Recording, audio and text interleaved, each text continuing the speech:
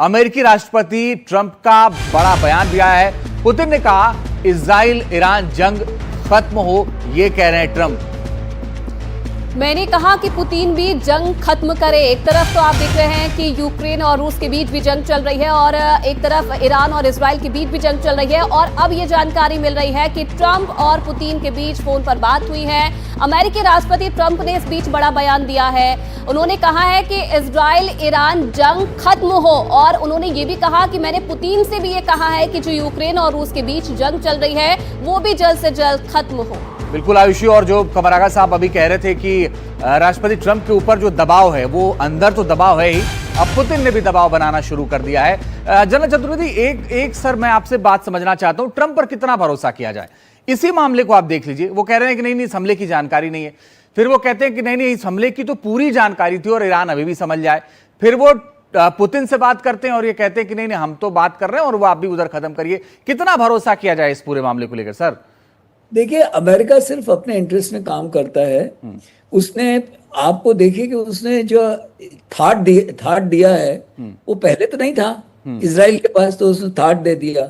तो क्योंकि उसने देखा कि इनकी जो बैलिस्टिक और हाइपरसोनिक मिसाइल्स हैं वो निकल के जा रही हैं, तो इसलिए पहली चीज तो अमेरिका ने अपना काम वहां कर दिया। दूसरा, उसने एक धमकी भी दे दी ईरान को कि भाई हमारे जो 8 बेसेस हैं ये पर्शियन गल्फ में, उनको आप टच मत कीजिएगा। स्टार्टिंग वो ऊपर से नीचे तक जितने भी हैं, कुवैत से लेकर के यूएई तक, वो 8 बेसेस हैं।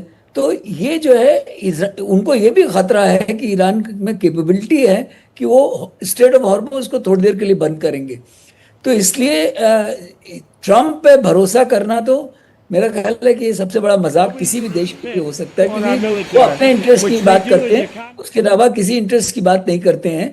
और यहाँ पे अमेरिका का जहां तक मेरा अपना असेसमेंट है वो ये है कि अभी वो पुतिन से बात करेंगे, शी जिनपिंग से बात करेंगे, सब कुछ करेंगे, लेकिन इजराइल को मदद देते रहेंगे। $6.7 बिलियन की उन्होंने मदद अनाउंस की है।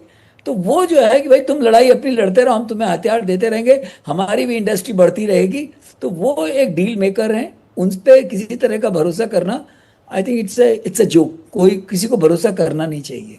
बिल्कुल, क्योंकि कई बार हमने देखा है कि ट्रंप अपने ही बयानों से जो है पलटते हुए भी नजर आ रहे हैं।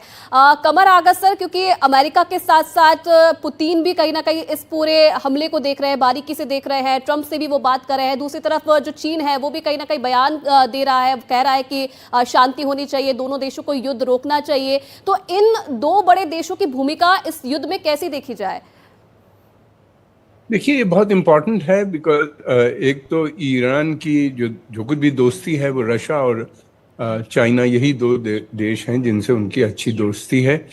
और तो बाकी मुझे नहीं लगता कि कोई भी देश से उनके बहुत घनिष्ठ संबंध हो या उनकी मदद करेगा। इसमें सभी देश खाड़ी के जितने हैं वो भी बहुत डरे में हैं कि युद्ध कहीं फैल ना जाए। और दूसरी बात ये, उनको एक और ख़तरा भी है कि कहीं अगर न्यूक्लियर इंस्टॉलेशन पे अटैक हुआ और वहाँ पे लीकेज होती है, खासतौर से नातान्स में या दूसरी जगहों पे, तो उससे वाटर कंटेमिनेशन हो जाएगा पूरे क्षेत्र में।